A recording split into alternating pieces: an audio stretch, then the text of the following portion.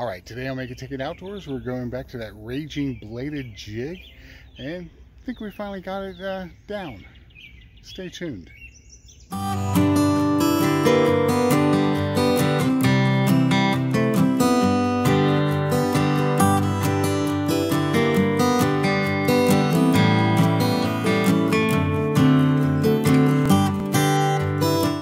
right, so we are heading over to Quarry Park to try this thing out. This has been the absolutely most frustrating build I've ever done. It's because I knew it would work because I had iterations of it that worked. But then it would seem like I would do almost the exact same thing and it wouldn't work. Drove me nuts. Just really inconsistent. So I think I have this down now. Full confession. Second time I've gone over there today. I tried something out where I made the wire really tight to the blade, and that didn't work.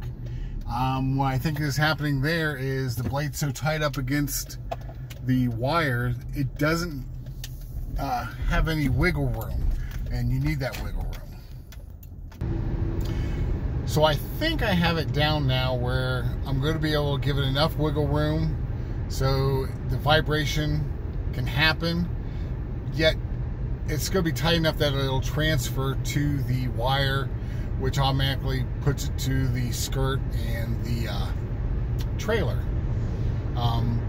When we go through the build and everything, you'll see that, and the build will be coming after this as I babble away and drive over to Quarry Park.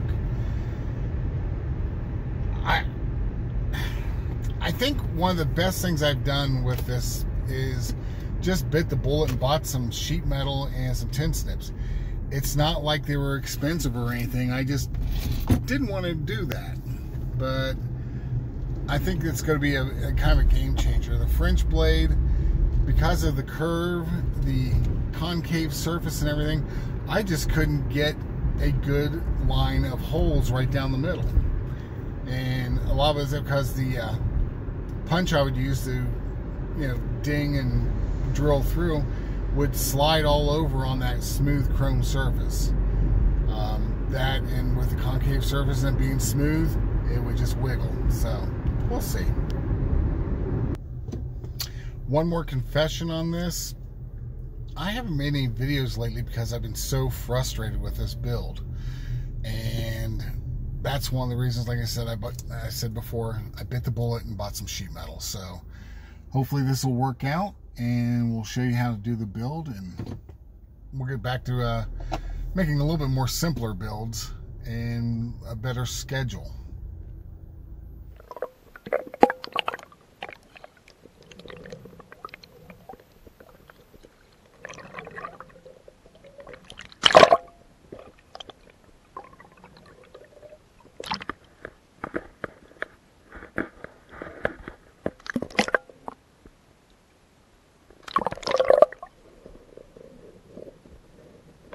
Let's get started. Got this sheet metal on Amazon. It's, I think, 22 gauge. It was $3.74 shipped with Prime. My tin snips, I got at Harbor Freight, $3.99. So for less than 10 bucks, I'm into this for actually making blades. Never wanted to, but here we are. Here's the template. It is, and I went with centimeters, millimeters, because they seem to be a little bit more accurate, and I'm sure people who are from Canada and Europe are now applauding this and everywhere else in the world. 10 millimeters or 1 centimeter at the bottom, 25 millimeters across at the top, and the length of the leg here is 35 millimeters. So that is going to be our blade. Already marked it out on here. You can see where I made the previous one. One nice thing about flat is I can punch the holes a lot easier. So let's get started.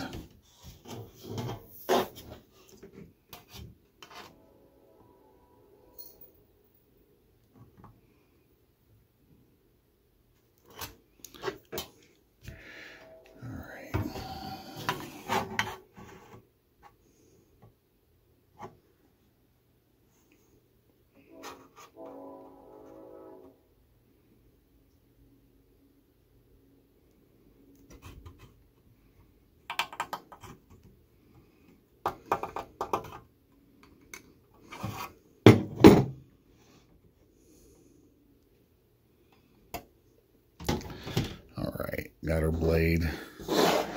Very sharp edges, of course, because, you know, it's steel. So we're just going to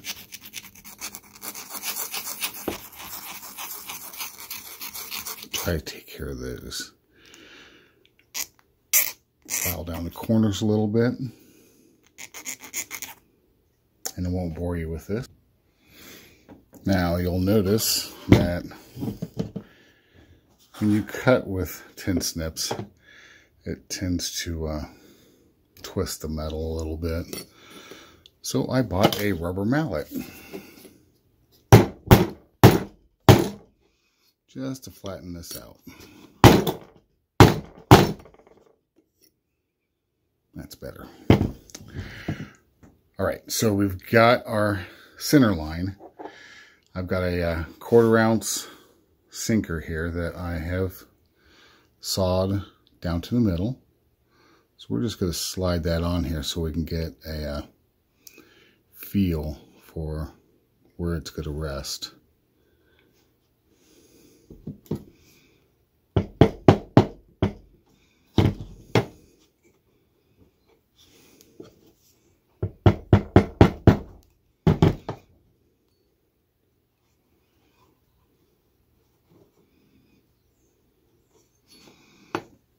And I'm just going to mark off the top edge of that.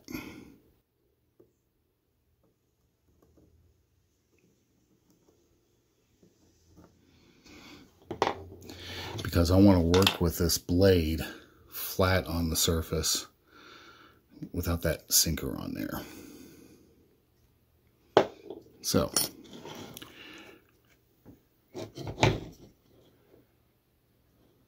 got our midline, and we got our line where the sinker's going to lie. So we're going to grab our punch, which is over on the table. Now, this is where it gets hard to see, but we want this first hole right above the sinker. This is where the hook's going to go through, and we're going to make 2.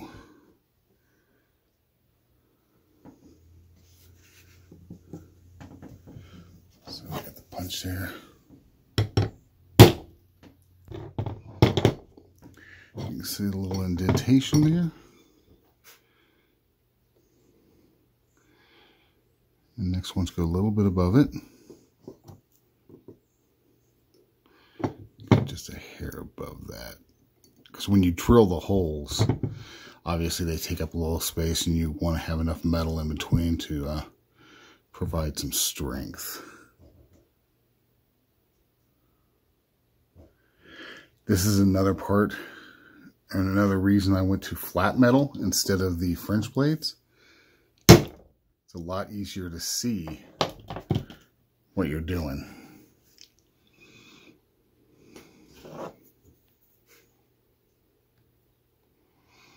Now up here, this will be for the clip. And that will be where you tie your line on.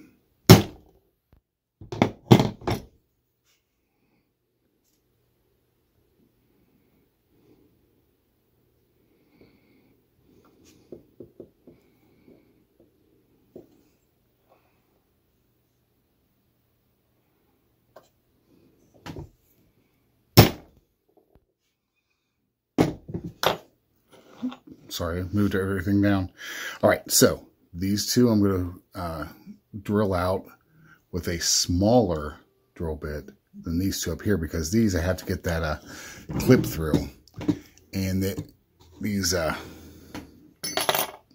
clips are a little bit, it's not that they're thicker or anything, they're thin wire, but they do have that little piece right there that you have to get through, just like on a chatterbait blade or anything. So next we drill. All right,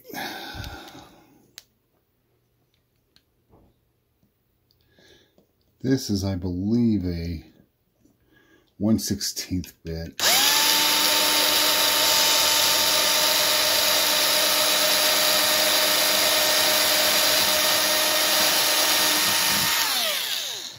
got at Harbor Freight, titanium coated.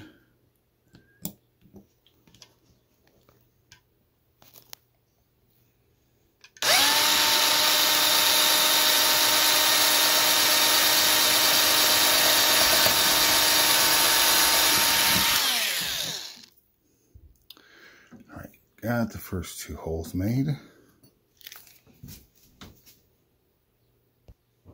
Okay, I did confirm. That's a 1/16 bit I use there. This is a 3/32 bit.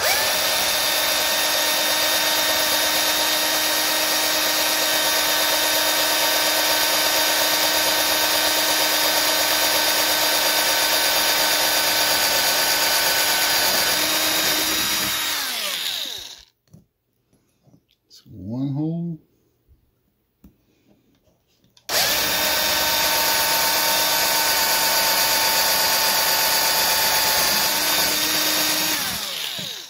Two holes. So now you can see how I got it. One thing I'm going to do now is put the drill bit back through the top 2 holes and kind of rock it back like that to make the hole a little bit more oval.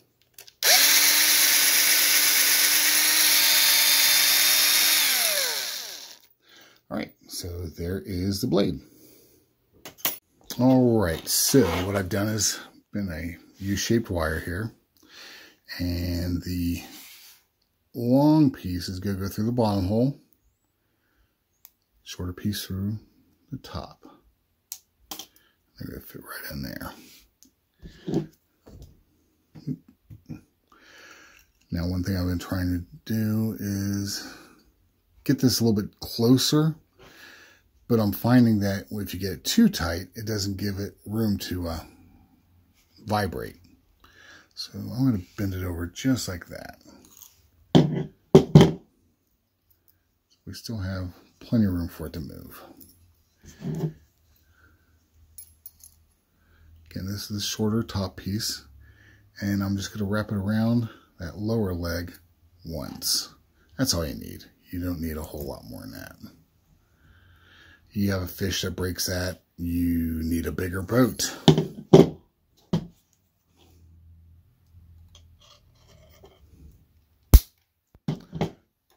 All right, so here's what we got.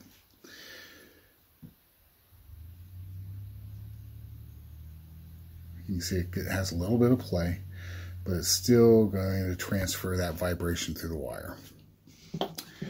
Now, I need to go back about that far.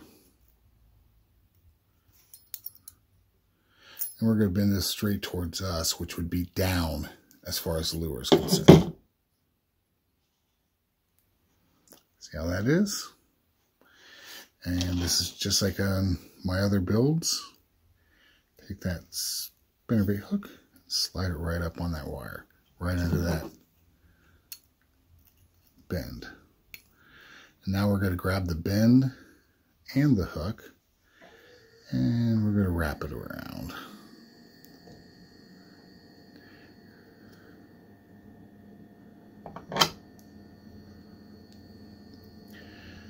Make a 2 close wraps to the eye, and my third wrap I'm going to extend out about like that. And like I've done in the past, it's going to be my keeper. So we got to get this whole, it gets kind of twisted when we do all this. There we go. So let's get that piece here a little bit higher up. And we're also going to bend it forward.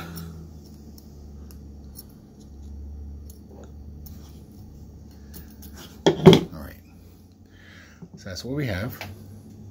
I'm just going to snip this off fairly close, but not all the way there. So we want to keep it a little bit of a piece up. Let's see. Coming right there. And that'll act as a keeper. All right. So here we have the main body of the lure. I'm gonna just kind of squeeze this here.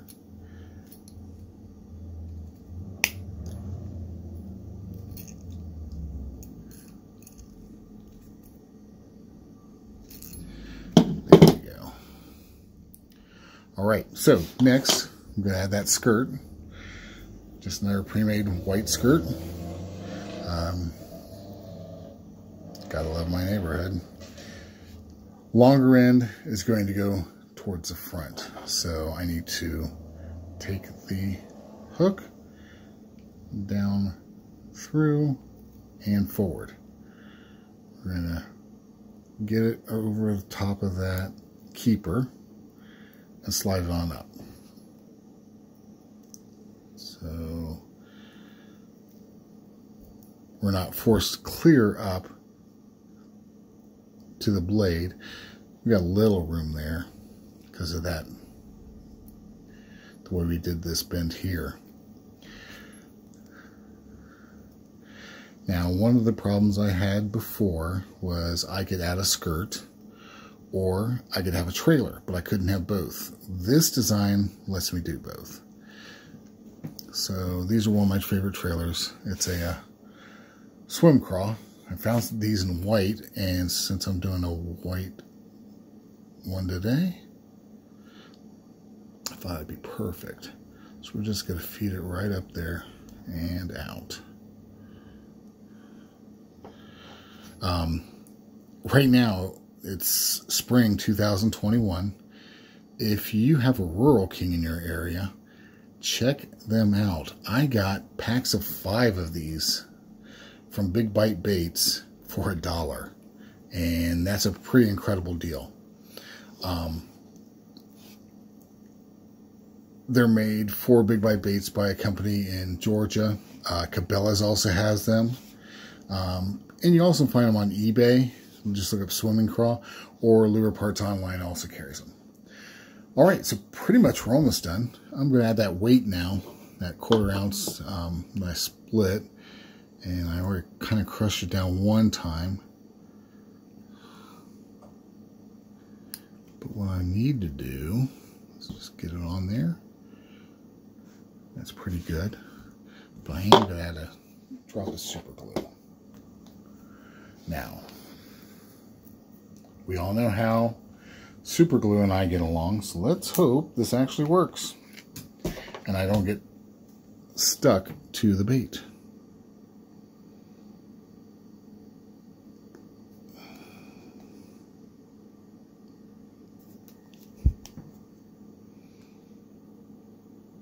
Here it comes.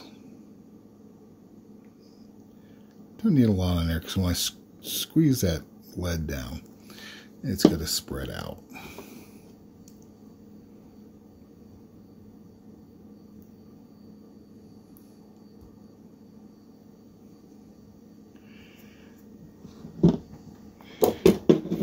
Take a regular pair of pliers and squish.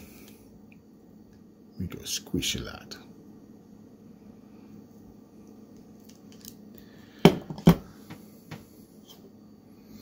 All we need to do now is not bump the camera. So we got the line tie here. It's your regular old clip. So we're going to go in through the bottom. Push up here so it's, and that'll come back through the back.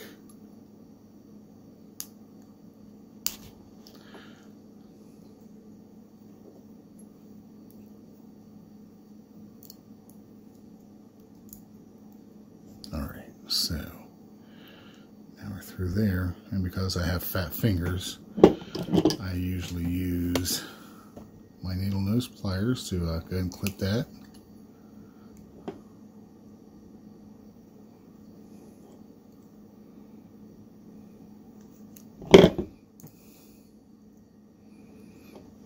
Voila! There you have it. So it works. Yay team. That bird's loud.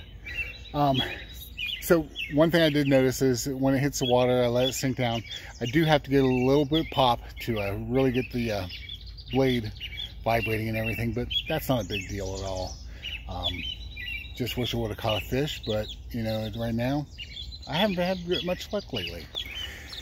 All right, well, this is the part in the video where I say, hey, if you like stuff like this, subscribe, hit like, hit the little bell for notifications when we got new videos coming out.